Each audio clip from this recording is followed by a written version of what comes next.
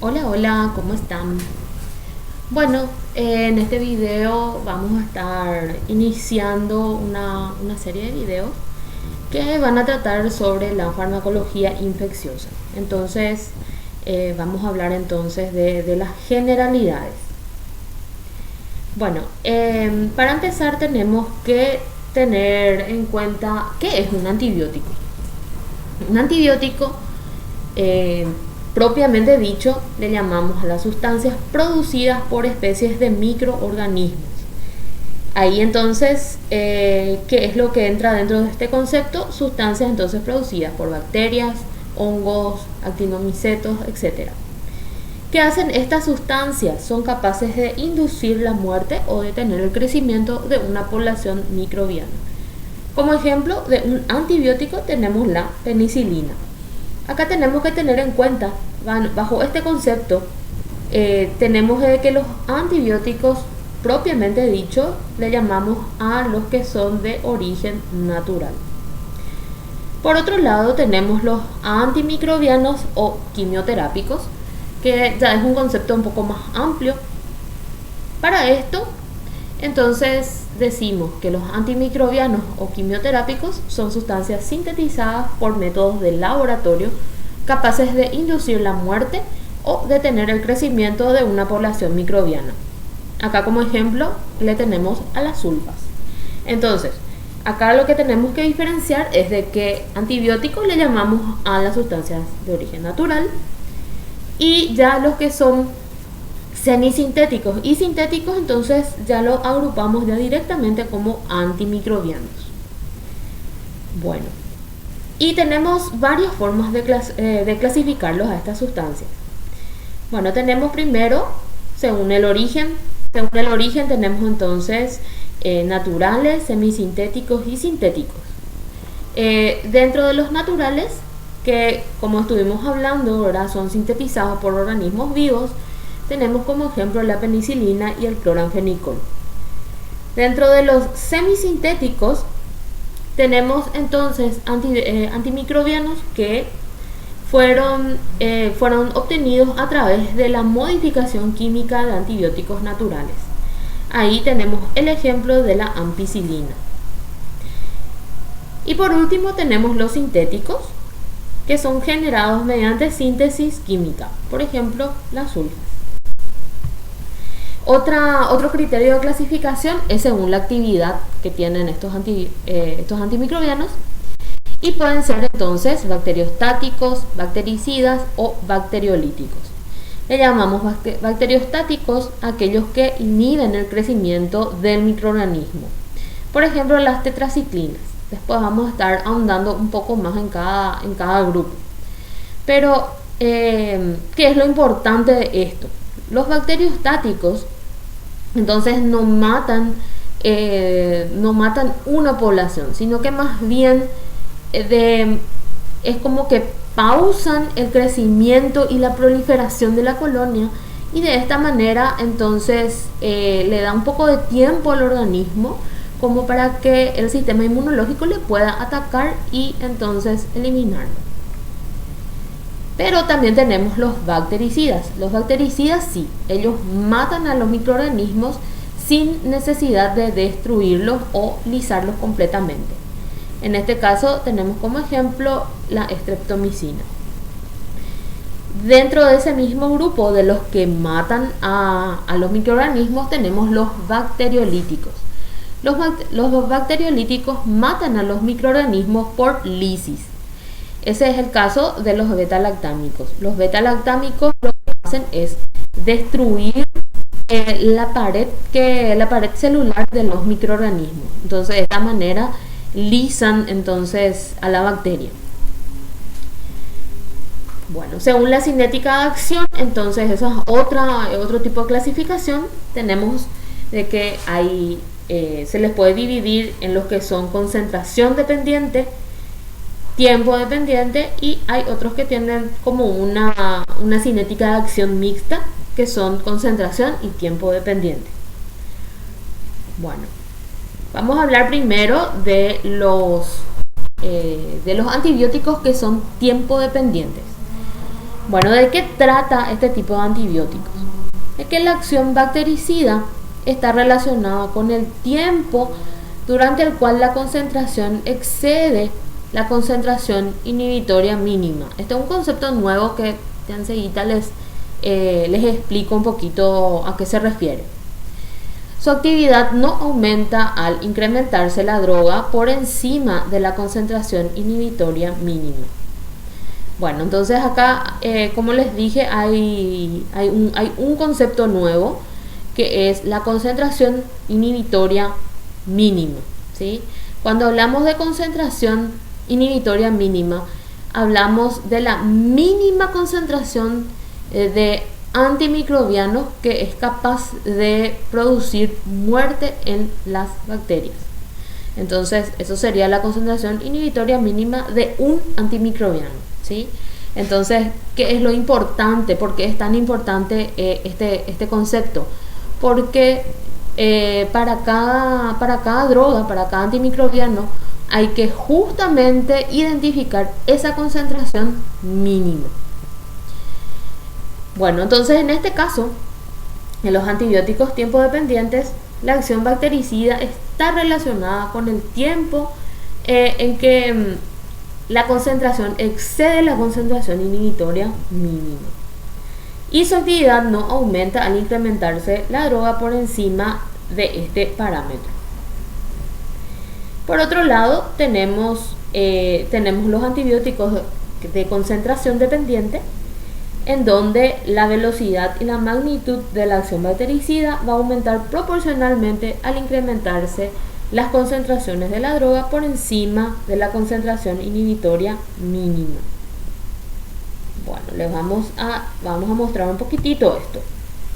Bueno, acá vamos a tener, entonces, ustedes ya conocen estas tablas, estos gráficos. Esto sería concentración versus tiempo, ¿sí? Bueno, entonces acá nosotros tenemos un antimicrobiano que administrado en tiempo cero, acá empieza a subir la concentración en sangre, ¿sí? Esto sube hasta un máximo de la concentración, cuando ya se llega a absorber todo, y luego va bajando, ¿sí?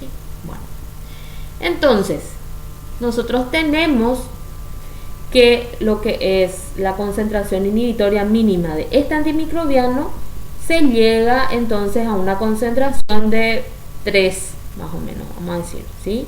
Entonces, ¿qué significa? Significa que esta es la concentración mínima para matarle a las bacterias, para producir muerte de las bacterias. Bueno, pero como estábamos diciendo, los que tienen los que son clasificados como concentración dependiente, entonces su acción bactericida se da cuando tiene entonces concentraciones mayores a la concentración inhibitoria mínima en el tiempo. Vamos a volver a mirar. Antibióticos, concentración dependiente. La velocidad y magnitud de la acción bactericida aumenta proporcionalmente al incrementarse las concentraciones de la droga por encima de la concentración inhibitoria mínima. Volvemos a esto. Entonces, este es un antibiótico concentración dependiente. Entonces, esta es la concentración inhibitoria mínima, y cuando nosotros vamos aumentando la dosis, entonces va a ser mayor el poder bactericida. Por otro lado, tenemos los que son tiempo dependientes. Entonces, ¿qué es lo que se necesita? En este caso se necesita mantener por encima de la concentración inhibitoria mínima durante un tiempo, ¿sí? Durante un tiempo. ¿Vieron acá? Está hasta la concentración mínima. Cuando va cayendo, entonces ahí de nuevo se aplica, hay otra aplicación. Volvemos a mirar. La acción bactericida está relacionada con el tiempo, durante el cual su concentración excede la concentración inhibitoria mínima, y la actividad no aumenta al incrementarse la droga por encima de la cima. Bueno, entonces acá, ¿qué es lo importante? Lo importante es respetar entonces los tiempos de administración para que esto no baje por debajo de la CIM. Si llega a pasar esto que pasó acá, entonces ya perdimos entonces la concentración suficiente para que trabaje óptimamente ese antimicrobiano. Por eso es tan importante entonces respetar los esquemas de tratamiento. Hay antibióticos que se dicen, bueno, estos hay que administrar cada 6 horas. Entonces justamente es porque trabajan de esta manera, que son tiempo dependiente. Bueno, entonces dentro de los que son concentración dependiente tenemos el ejemplo de las fluoroquinolonas, los nitroimidazoles y los aminoglucósidos, ¿sí? Tienen la característica de que a mayor dosis, mayor eficacia, y también que tienen un efecto post-antibiótico. Este es también un concepto que vamos a desarrollar en un ratito ya. Bueno, por otro lado, los antimicrobianos que son tiempo dependientes, como por ejemplo la penicilina y la cefalosporina, tienen tiempo entre dosis pequeño, como estábamos hablando, por ejemplo, cada 6 horas. Y en ese tiempo entonces tienen que estar por encima de la CIM, de la concentración inhibitoria mínima. No se olviden de esto, ¿sí? Porque es un concepto muy importante. Bueno, entonces eso que estábamos hablando era entonces la clasificación según cinética de acción. Bueno. Algo muy importante. Las bacterias son dignas de admiración, ¿sí? Las bacterias para multiplicarse se dividen, ¿sí? Y tienen un trabajo en equipo espectacular. Bueno, hay que entender un poquitito, ¿verdad? El ciclo de vida. Ir repasando un poco lo que ustedes ya saben. Entonces vamos a recordar un poquitito la curva de crecimiento bacteriano, ¿sí? Entonces, ¿cómo se comportan en el tiempo? Bueno, cuando una bacteria llega a colonizar un lugar, entonces tienen un tiempo de latencia en donde se van adecuando a las condiciones del medio. Luego, a partir de esto, tienen entonces un crecimiento. Si este lugar tiene todas las condiciones para que se reproduzcan, entonces tienen un crecimiento exponencial, ¿sí? Luego de este tiempo exponencial tienen un estadio estacionario. Y luego de este estadio estacionario, entonces, si las condiciones entonces ya no son las adecuadas, entonces ocurre la muerte de la colonia. Entonces, esto es lo que le llamamos entonces curva de crecimiento bacteriano. Bueno, ¿por qué hablamos de eso? Porque otra clasificación es la de según el mecanismo o sitio de acción. Tenemos, esta es la clasificación más importante porque a partir de esto clasificamos los grupos luego para su desarrollo. Tenemos entonces los que inhiben la síntesis de la pared celular,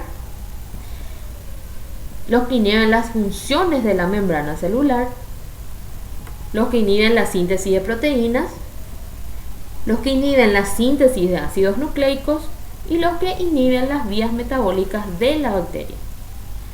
Bueno, entonces, ¿qué es lo que acá tenemos que tener bien en cuenta?